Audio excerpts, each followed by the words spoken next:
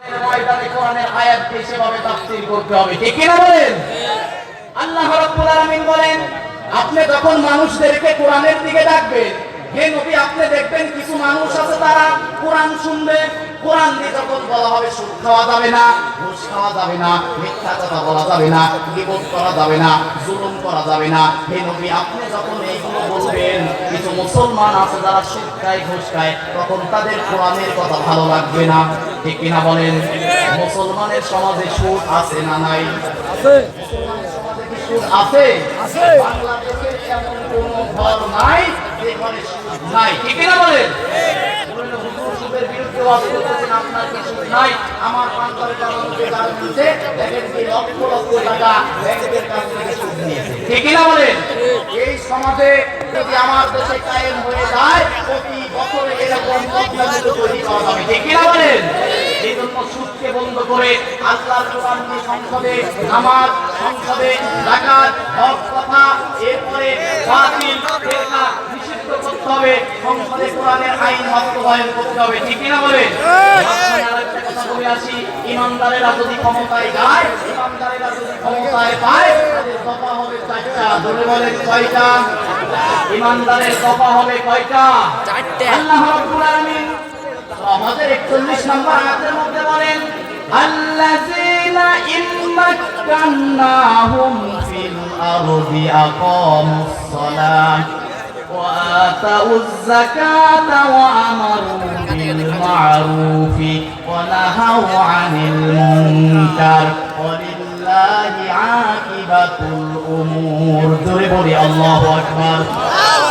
আল্লাহ রাব্বুল আলামিন বলেন, ইমানদারেরা যদি ক্ষমতা পায়, তাদের দফা হবে চারটা।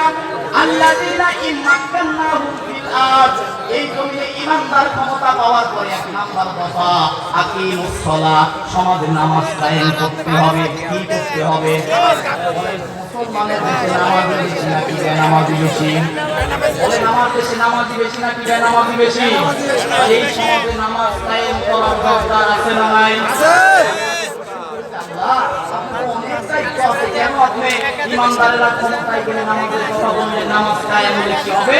আল্লাহ আনকাবুতের মধ্যে 45 নম্বর আয়াতের মধ্যে আল্লাহ পাক বলতেছেন, এই সমাজে যদি তোমরা কোরআন, সমাজে যদি তোমরা নামাজ কায়েম করতে পারো, সমাজের সব খারাপ কাজ বন্ধ হয়ে যাবে। আল্লাহ পাকের কথা হবে, ইমানদার যদি ক্ষমতায় যায়, এক নম্বরে সমাজের বিল আনবে মুসলমান দ্বারা নামাজ পড়তে হবে, ঠিক কি না বলেন?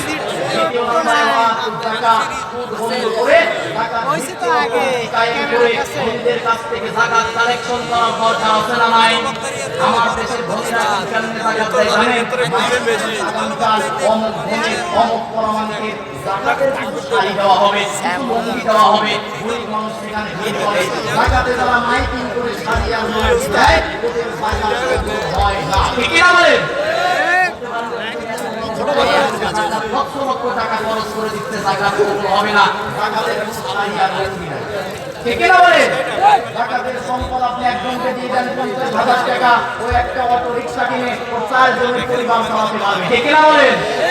30,000 টাকা দিয়ে একটা মহিলাকে আপনি সেলাই মেশিন কিনে দেন, ও সেলাই মেশিন ঘরের মধ্যে জামা কাপড় তৈরি করে পরিবার চালাতে পারবে, ঠিক কি না বলেন? যাকাতের কোনো শাড়ি, যাকাতের কোনো লুঙ্গি নাই, আপনি সেটা সাধারণ দান হিসাবে দিতে পারেন, ঠিক কি না বলেন?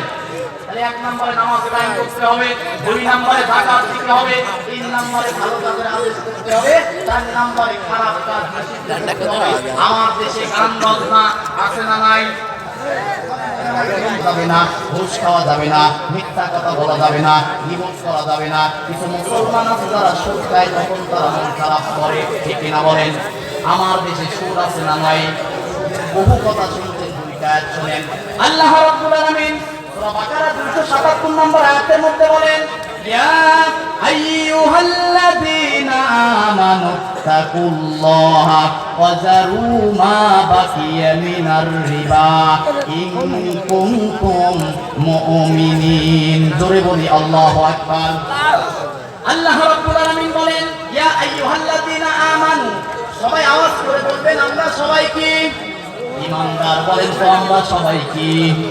ইমানদারদেরকে আল্লাহ পাক বলতেছেন ইয়া আইয়ুহাল্লাযীনা আমানু, হে ইমানদারেরা, ইত্তাকুল্লাহ, আমি আল্লাহকে ভয় করো, ওয়াযারু মা বাকিয়া মিনার রিবা, আর সুদের যে অতিরিক্ত টাকা আছে সেগুলো ছেড়ে দাও, সুদের উপরের টাকা ছেড়ে দাও।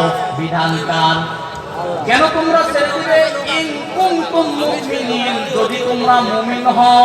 তাহলে সুদ খায় যারা, মুমিন নয় তারা। ঠিক কি না বলেন? আমাদের সুদ আছে না নাই? আমাদের তিন চারটা বছরের জানা দেখবেন যে সমাজে ঠিক কি না বলেন? তাহলে সুদখোরের জানাজা, বেনামাজির জানাজা মুসলমান ইমানদার করবো না। ঠিক কি না বলেন? বেনামাজি যার কোনো নামাজ নাই, আমাকে কামেল পাঁচ হুজুর ধরে ফেললো যে কামেল পাঁচ হুজুর বলতেছে যে মুসলমান নামাজ হয় না, তাহলে ফাসেক বলতে হবে।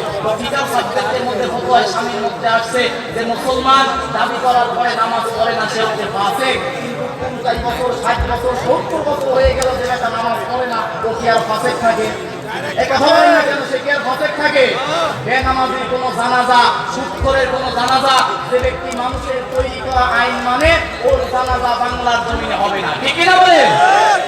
আল্লাহর জমিনে একমাত্র আইন চলবে কার? আল্লাহর জমিনে Lenin, Karl Marx, Abraham Lincoln মানুষের তৈরি করা কোনো মতবাদ বাংলার জমিনে নতুন করে আর কায়েম করতে দেওয়া হবে না। ঠিক কি না বলেন?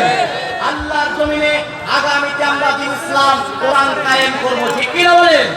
আল্লাহ পাক বলেন কিছু মানুষ আছে তারা সুদের অতিরিক্ত দায়ভার ছাড়বে না, ইন কুনতুম মুমিনিন, তারা মুমিন হতে পারবে। এরপর আল্লাহ রাব্বুল আলামিন সূরা ইমরানের 130 নম্বর আয়াতের মধ্যে বলেন ইয়া আইয়ুহাল্লাযীনা আমানু লা তাকুলুর রিবা আদআফাম মুদাআফা ওয়াত্তাকুল্লাহা লাআল্লাকুম তুফলিহুন। জোরে বলি আল্লাহু আকবার। আল্লাহ রাব্বুল আলামিন বলেন ইয়া আইয়ুহাল্লাযীনা আমানু, হে যাহারা ঈমানের দাবি করো, ঈমানদারেরা শোনো, লা তাকুলুর রিবা, তোমরা সুদের টাকা ভক্ষণ করো না, সুদের টাকা খেও না। আদআফা মুদাআফা, চক্রবৃদ্ধি হারে তোমরা সুদের টাকা খেও না। যদি সুদ তোমরা ছেড়ে দিতে পারো, ওয়াত্তাকুল্লাহা লাআল্লাকুম তুফলিহুন, আশা করা যায় তোমরা সফল হবে। বলি সুবহানাল্লাহ। টাকার কারণে আল্লাহর রহমত আসে না, এই জন্য সুযোগ আসতেছে, সুদ বন্ধ করে আগামীতে যাকাত ভিত্তিক অর্থনীতি কায়েম করতে হবে। ঠিক কিনা বলেন? আল্লাহর জমিনে আল্লাহর দ্বীন ইসলাম কায়েম করার দরকার আছে না নাই? সবাই বলেন আল্লাহর জমিনে আল্লাহর দ্বীন ইসলাম কায়েম করার সরকার হতো, তার মানে এটা যাহা একটা ঠিক কিনা বলেন? কিন্তু আমাদের ঈমান আল্লাহর কুওয়াতা লিল্লাহি জামিআ, ক্ষমতার একচ্ছত্র মালিক কে? আল্লাহর নামে বলেন ক্ষমতার একচ্ছত্র মালিক কে? তাবারাকাল্লাযী বিয়াদিহিল মুলক ওয়া হুয়া আলা কুল্লি শাইইন কাদির। একচ্ছত্র ক্ষমতার মালিক হচ্ছে আল্লাহ। আমাকে আপনাকে আল্লাহ মরণ দেবে, আল্লাহ বেঁচে থাকা অবস্থায় সেই আল্লাহর হুকুম, সেই আল্লাহর